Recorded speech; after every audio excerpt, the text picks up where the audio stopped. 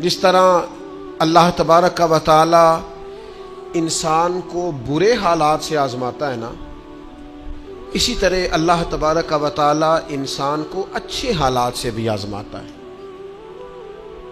وَنَبْلُوكُمْ بِالشَّرِّ وَالْخَيْرِ فِتْنَةً، اللہ فرماتے ہیں ہم تمہیں اچھے اور برے حالات سے آزماتے ہیں۔ یہ جو بہت اچھے حالات ہوتے ہیں یہ بھی آزمائش ہوتے ہیں۔ جب بہت زیادہ دولت ہوتی ہے تو پھر بھی آزمائش ہوتی ہے، بہت زیادہ شہرت ہوتی ہے تو پھر بھی آزمائش ہوتی ہے، بہت زیادہ چاہنے والے ہوتے ہیں تو پھر بھی آزمائش ہوتی ہے۔ اچھے حالات سے بھی یہ بندہ آزمایا جاتا ہے اور برے حالات سے بھی۔ بلکہ میں آپ سے عرض کروں، غریبوں پر آزمائش کم ہوتی ہے، امیروں پر، مالداروں پر، مشہور لوگوں پر آزمائش۔ وَاعْلَمُوا أَنَّمَا أَمْوَالُكُمْ وَأَوْلَادُكُمْ فتنہ، مال اور اولاد آزمائش ہے، فتنہ ہے، زیادہ آزمایا جاتا ہے۔ اللہ تعالیٰ انسان کو آزماتا ہے۔ اب کرنا کیا ہے؟ اب کرنا یہ ہے کہ آزمائش کے لیے ذہنی طور پر تیار رہنا ہے۔ یہ جو دنیا ہے یہ مومن کے لیے قید خانہ ہے۔ جو لوگ آپ کو بڑے سکھی بھی نظر آتے ہیں نا، ہو بڑا پروٹوکول ہے، بڑے آ رہے ہیں، بڑے جا رہے ہیں، ان کے بھی کبھی قریب ہو کے دیکھیں گے تو دکھ مل جائیں گے آپ۔ بلکہ میری ایک بات یاد رکھیے گا، جتنا بندہ بڑا ہوتا ہے اس کے دکھ بھی اتنے بڑے ہوتے ہیں۔ ایک ٹائم ایسا آتا ہے جب آپ کو صرف سننی ہے، آپ کسی کو سنا سکتے، سارے تو آپ سے مشورہ لے رہے ہیں تو آپ کس سے لیں؟ سارے آپ کو دکھ سنا رہے ہیں تب آپ نے کس کو سنانے ہیں؟ سارے تو اپنی باتیں آپ سے کر رہے ہیں تو آپ نے اپنی بات۔ تو جتنا بندہ بڑا ہوتا جاتا ہے اس کے دکھ بھی اتنے بڑے ہوتے جاتے ہیں۔ اس لیے حالات کا اتار چڑھاؤ تو انسان کے ساتھ رہے گا، کوئی امیر رہے گا، کوئی۔ مجھے بتائیے مزدوروں کی ضرورت ہے کہ نہیں دنیا میں؟ تو اگر سارے ٹھیکیدار ہو جائیں گے تو مزدوری کون کرے گا؟ لیڈر اگر سارے بن جائیں گے تو کارکن کون بنے گا؟ سارے امام بن جائیں گے تو مقتدی کون بنے گا؟ سارے استاد لگ گئے تو شاگرد۔ تو اللہ تعالیٰ نے یہ نظام بنایا بھائی۔ لیکن بس ایک بات ذہن میں رہے کہ کوئی بھی مالدار کسی غریب کو حقیر نہ سمجھے۔ اب مراتب کا اتار چڑھاؤ ہے، اس میں بھی پریشان نہیں ہونا چاہیے، یہ اللہ تعالیٰ نے بنایا ہے۔ اور اگر قرآن مجید کی جو آیت جو لفظ میں پڑھنے لگا ہوں، اگر یہ آپ سمجھ جائیں نا اور اس پر ایمان رکھیں پورے طور پر، تو پھر تو غریب آدمی کبھی پریشان ہو ہی نہ، پھر تو کہے جہاں میں ہوں بالکل ہوں۔ اللہ تعالیٰ نے قرآن مجید میں فرمایا وَلَوْ بَسَطَ اللَّهُ الرِّزْقَ لِعِبَادِهِ، فرمایا اگر اللہ تعالیٰ اپنے سارے بندوں کی روزی کشادہ کر دیتا، سب کا رزق اگر اللہ وسیع کر دیتا، لَبَغَوْا فِي الْأَرْضِ، تو زمین میں بغاوت ہو جاتی، یہ فساد برپا کرتے، بغاوت کر دیتے اگر سب کی روزی۔ کچھ لوگ کہتے ہیں جی میں غریب ہوں، تو میں کہتا ہوں زکوٰۃ تو نبی پاک نے بھی کبھی نہیں دی، حضور پر بھی فرض نہیں تھی، اتنا مال ہی کبھی جمع نہیں ہوا۔ اگر مال میرے بھائی بہت ہی زیادہ عظیم ہوتا تو سب سے زیادہ سیدہ فاطمہ کے گھر ہوتا، وہاں تو مہینہ مہینہ چولہا نہیں جلا۔ اگر دولت بڑی عظیم ہوتی تو سب سے زیادہ سید عائشہ کے حجرے میں ہوتی۔ نبی پاک علیہ السلام ہر کام آہستہ آہستہ کرنے کا حکم دیتے اطمینان سے، لیکن صحابہ فرماتے ہیں حضور کے پیچھے نماز پڑھی تو نبی پاک جلدی سے اثر پڑھا کے گھر گئے، جلدی سے، اور تیزی سے حضور واپس آئے۔ تو ہم نے عرض کی یا رسول اللہ صلی اللہ تعالی علیہ وسلم آج اتنی جلدی آپ گئے اور اتنی جلدی واپس آ گئے؟ تو محبوب فرمانے لگے نماز پڑھا رہا تھا تو مجھے خیال آیا کہ وہ گھر میں تو سونا کل بانٹ رہا تھا، آج میں تو ایک ڈلی سونے کی بچی ہوئی پڑی ہے، تو میں نے کہا زیادہ وقت نہ گزر جائے، وہ بھی میں جلدی سے جا کے دے آؤں، تو میں جلدی سے گیا ہوں۔ پیسے نہ ہونے پر پریشان ہو یار، نبی پاک نے تو انہیں قبول ہی نہیں کیا، پسند ہی نہیں فرمایا۔ دولت، عہدہ، شہرت، اس کے بارے میں پریشان ہو، اللہ کہتا ہے یہ سب کا وسیع ہوتا تو زمین میں فساد ہوتا۔ لہذا مقصد حیات کو سمجھو، صرف عہدے کا اوپر نیچے ہونا یہ کمزوری کی علامت نہیں ہے، اپنے آپ کو اس سے نکالو۔ اگر اللہ تبارک و تعالیٰ نے کہیں رکھا ہے انسان کو تو یہ اس کے لیے فائدہ مند چیز ہے۔ پھر ایک بات یہ ہوتی ہے، بہت سارے دوست آ کے پوچھتے ہیں جی میں جو کام بھی کرتا ہوں ناکام رہتا ہوں، جو کام بھی کرتا ہوں پیچھے رہ جاتا ہوں، جو جدوجہد بھی کرتا ہوں میرا کام آگے نہیں چلتا۔ حضرت عیسیٰ علیہ الصلوۃ والسلام نے نہ گھر بنایا نہ نکاح فرمایا،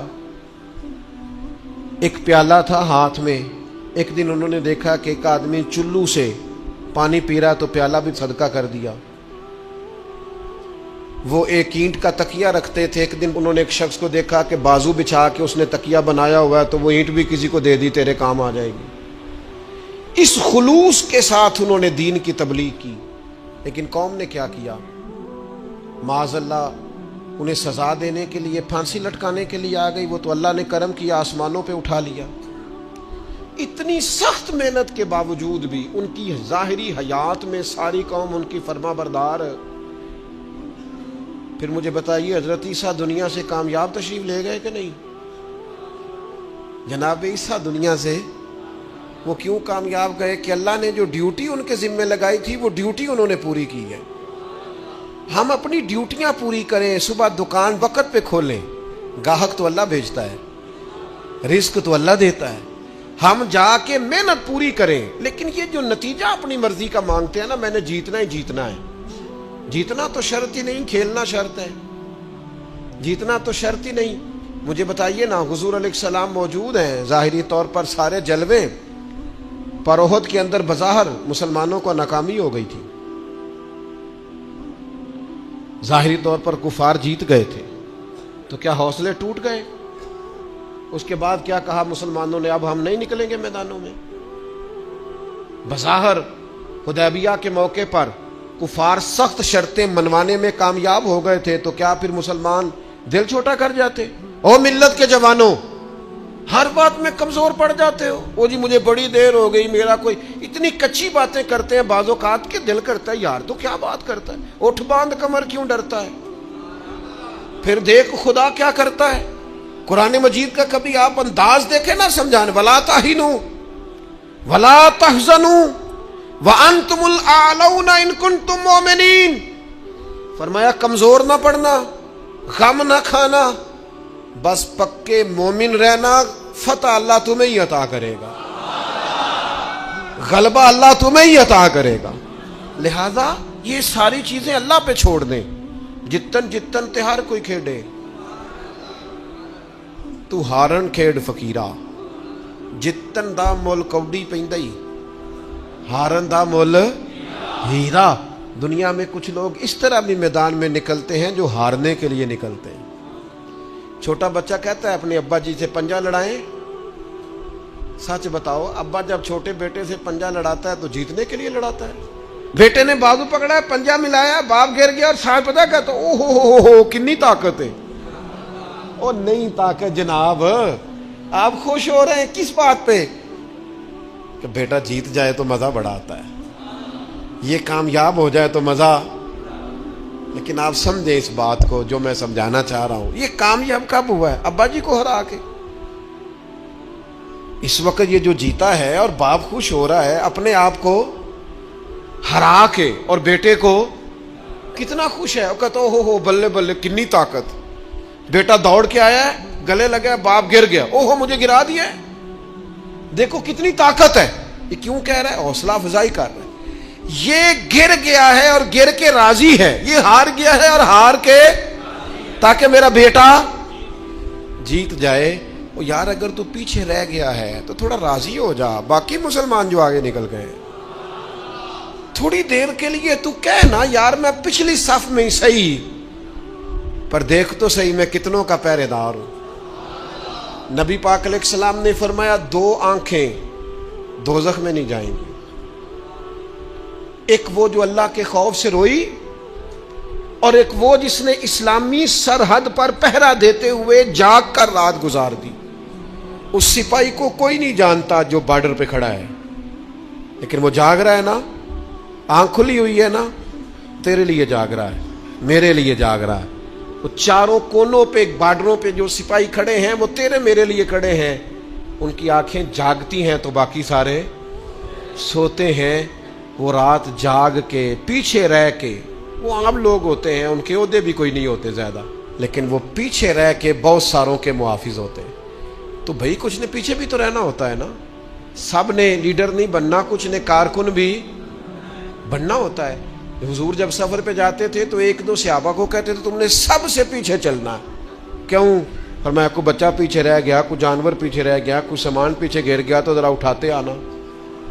تو وہ ہیں سب سے پیچھے، پر کر پھر بھی کوئی ڈیوٹی رہے ہیں۔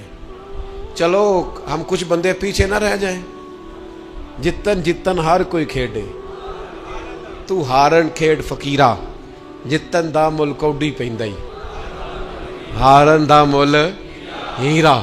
تو میرے بھائی یہ مراتب میں اگر کمی بیشی ہو جائے تو اس پہ کمزور ایک خاص چیز آپ سے عرض کرنے لگا ہوں، اور یہ شاید پہلی دفعہ میں ایسا کروں گا۔ میرا دل کرتا ہے آج میری گزارش ہوگی، میں آپ سے طلب کروں گا، مہربانی کریں آج نہ اپنی زندگی کی پچھلی ساری کوتاہیاں یاد کریں، سستیاں یاد کریں، کہاں کہاں ہم نے جان بوجھ کر اپنی جان پہ ظلم کیا ہے، پیچھے رہ گئے، اس کو یاد کرنا ہے آج۔ یہ میں نے بھی آج یاد کرنا ہے، آپ نے۔ اور پھر ایک اور چیز آپ سے مانگنی ہے، یہ آپ نے ضرور کرنا ہے۔ آج آپ نے پچھلی کوتاہیاں یاد کرنی ہے، اور آج اللہ سے اور اپنے آپ سے ایک وعدہ کرنا ہے کہ مالک ایک زندگی میں ڈیوٹی ہم ضرور کریں گے، وہ چاہے ہم یہ ذہن بنا لیں کہ ہم نے اپنے دوستوں کو نمازی بنانا ہے، یا یہ ذہن بنا لیں او پنڈ دے وچ نا بی بی نو طلاق ہو گئی یا خامد فوت ہو گیا تو اس کے والد نے کہا کہ تیرا نا پھر نکاح کرنا ہے، شادی کرنی ہے۔ میں کہ نہیں ابا جی ان نہیں۔ اب پتر پھر عمر کی میں گزرے گی؟ اس آخیا میں نہ ارادہ کر لیا، میں ان ساری زندگی قرآن پاک پڑھانا ہے بچیاں۔ اس طرح کی میں نے درجنوں بیویاں دیکھی ہیں دیہاتوں میں، ساری زندگی اب میں قرآن۔ کوئی انہوں نے مقصد تو بنایا نا۔ نبی کریم علیہ السلام نے فرمایا قیامت کے دن اللہ تعالیٰ لوگوں سے فرمائے گا، سب سے پہلا سوال لوگوں سے، مختلف احادیث میں مختلف سوال ہیں جو سب سے پہلے ہو۔ اس حدیث میں فرمایا اللہ قیامت کے دن سب سے پہلا سوال بندوں سے یہ پوچھے گا مجھ سے ملنے کو جی چاہتا تھا؟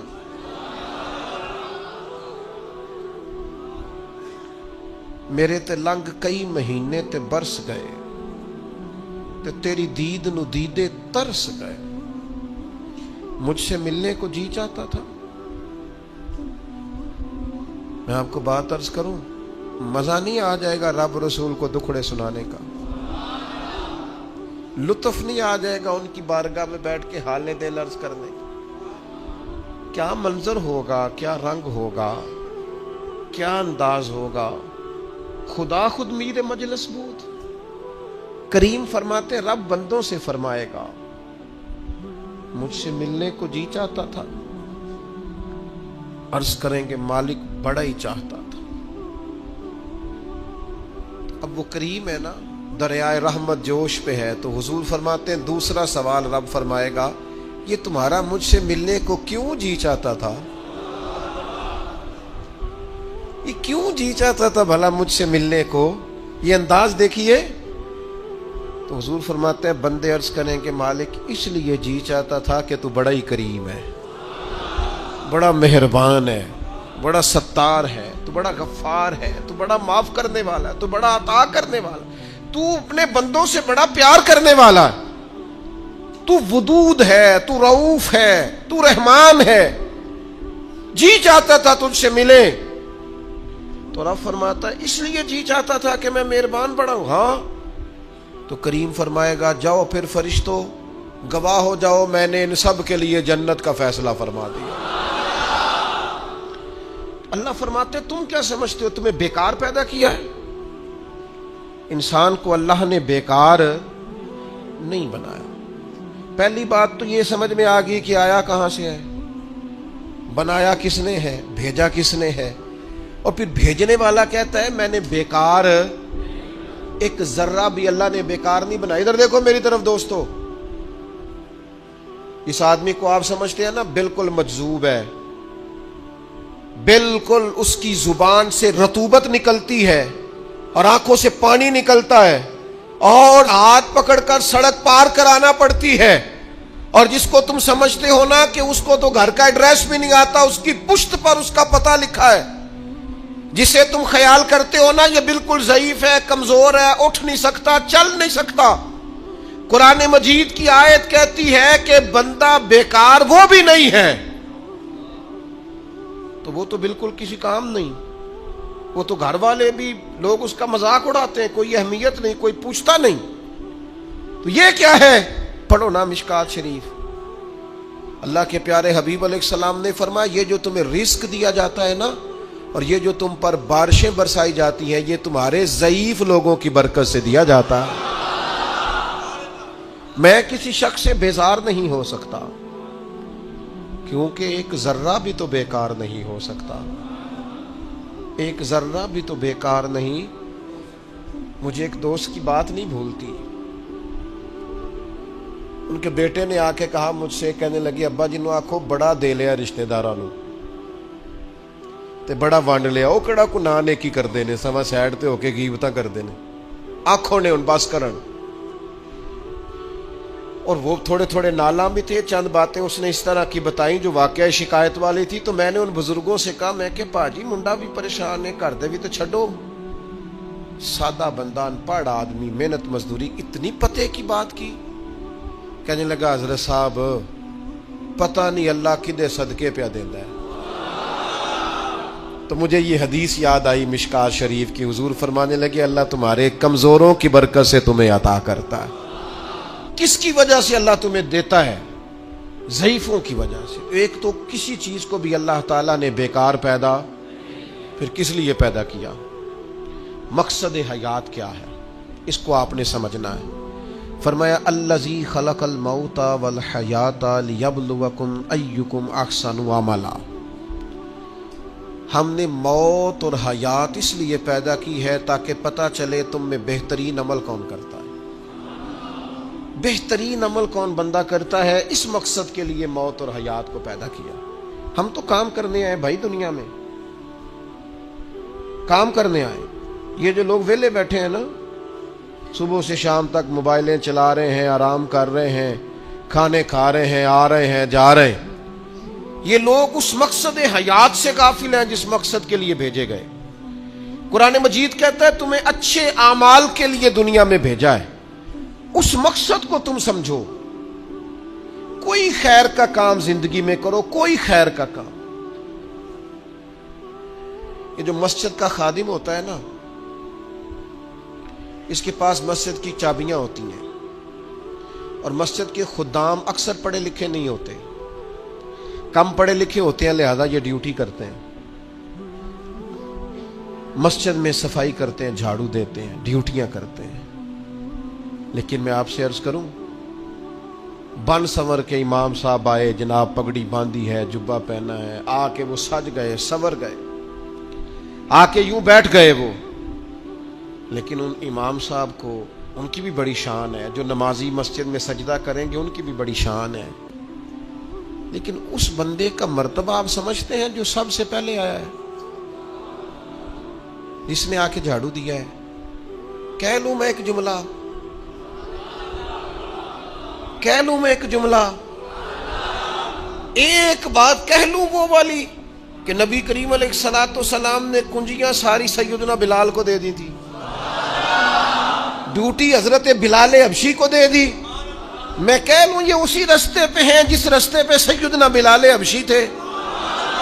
پھر مجھے کہہ لینے دو یہ لفظ، مفتی بن کر، پیر بن کر، مولوی بن کر، مقرر بن کر، صدر بن کر، فلاں بن کے بیٹھے رہو، تمہیں مبارک ہو، تمہاری بڑی شان ہے، پر یہ عظمت صرف سیدنا بلال کی ہے کہ نبی کریم نے فرمایا بلال میں نے معراج کی رات جنت میں بھی تیرے چلنے کی آواز سنی،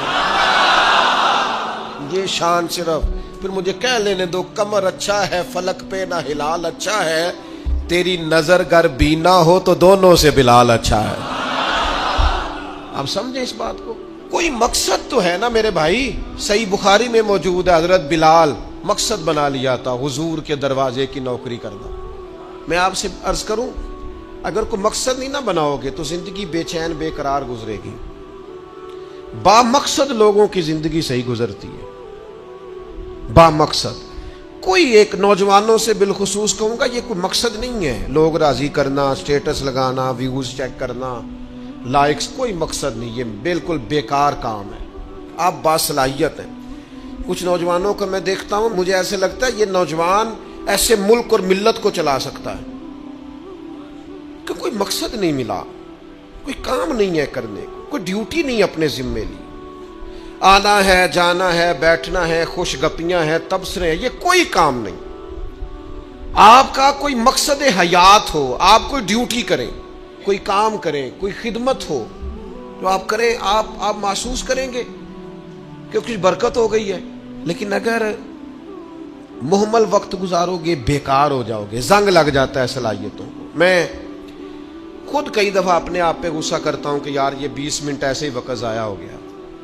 اور پھر ایک اور بات بھی، اس میں عمر کا بھی کوئی لینا دینا نہیں۔ امام رازی نے لکھا ہے، ایک صحابی کے بارے میں حضور نے فرمایا کہ تیرا تھوڑا وقت رہ گیا دنیا سے جانے کا۔ ظاہر ہے بوڑھے آدمی تھے، یا رسول اللہ پھر مجھے بتائیں کیا کروں؟ تو فرمایا ادھر سے صحیفے اٹھا کے لا، تجھے قرآن پڑھانا شروع کروں، پڑھتا پڑھاتا دنیا سے چلا جا۔ انہوں نے نہیں کہا یہ عمر نہیں، آپ کے پاس مہینہ ہے، سال ہے، 20 سال ہے، جتنا بھی ٹائم ہے، آج سے کوئی کام شروع کر دیں، کوئی ڈیوٹی کریں۔ آپ یقین کریں کوئی کام اگر ہم اپنے ذمے لے لیں گے تو ہمارے لیے جینا آسان ہو جائے گا، ہمارے لیے جینا آسان ہو جائے گا۔ ڈیوٹی لے لیں کوئی، اس کو کریں۔ اب ہوگا کیا جب آپ اس مقصد کے لیے نکلیں گے نا، تو پھر مشکلات بھی آئیں گی، پھر حالات ہمیشہ ایک جیسے نہیں رہتے، تو اللہ آزمائے گا بھی اس رستے میں۔ وَلَنَبْلُوَنَّكُمْ بِشَيْءٍ مِّنَ الْخَوْفِ وَالْجُوعِ وَنَقْصٍ مِّنَ الْأَمْوَالِ وَالْأَنفُسِ وَالثَّمَرَاتِ وَبَشِّرِ الصَّابِرِينَ۔ پھر انسان کو آزمایا بھی جائے گا، اب مشکلات بھی آئیں گی۔ تو یہ مشکلات زندگی کا حسن ہے۔ آپ جب کسی مقصد کے تحت میدان میں نکلیں گے، پھر آپ کو باتیں بھی سننی پڑیں گی۔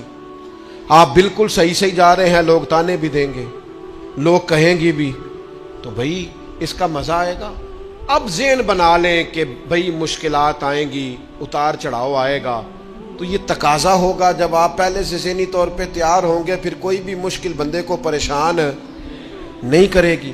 آج نہ ایک وعدہ کریے، ان بے مقصد نہیں جینا، کوئی مقصد بنانا ہے، کوئی پروگرام، کوئی تھبکی۔ ہمارے ایک بزرگ تھے، وہ فرمایا کرتے تھے میں نے زندگی میں مقصد بنایا، میں نے مایوس لوگوں کے حوصلے بڑھانے، دکھیوں کو کہنا ہے کچھ بھی نہیں ہونے لگا، کرم ہو جائے گا۔ کچھ ارادے نہ کر لیں، کچھ پروگرام نہ بنا لیں، کچھ خیال نہ کر لیں، آج سے کوئی مقصد حیات بنائیں، اس پہ ڈٹ جائیں۔ اور مقصد کون سے بنانے ہیں؟ جن کا قرآن پاک ٹھیک نہیں، آج نیت کریں انشاءاللہ ٹھیک کرنا، جن کو آتا ہے آگے پڑھانا ہے انشاءاللہ۔ جن لوگوں کو اللہ تبارک و تعالیٰ نے رزق دیا ہے وہ غریبوں کی مدد کریں گے انشاءاللہ۔ جو محنت نہیں کرتے، والدین پریشان ہیں، وہ آج ارادہ کریں مالک ہم ارادہ کرتے ہیں تو مدد کر، ہم محنت کریں گے انشاءاللہ۔ جن کے رزق میں کہیں کوئی ملاوٹ ہے، وہ سمجھتے ہیں کہ یار یہ میں پوری دیانتداری سے نہیں لے رہا، وہ آج ارادہ کریں کہ اللہ میں ملاوٹ دور کروں گا، وہ ہم سے نہیں اپنے آپ سے، اللہ سے، اور میں بالکل جائز لیا کروں گا۔ آج سے پکے ارادے، پکی نیتیں اور مضبوط پروگرام۔ جنہوں نے جان بوجھ کے نمازیں، عبادتیں ترک کی ہیں، وہ آج ارادے کریں کہ بس بھائی آج کے بعد انشاءاللہ۔ آپ ارادہ تو کریں، آپ پروگرام تو بنائیں، وہ تو کریم ہی بڑا ہے۔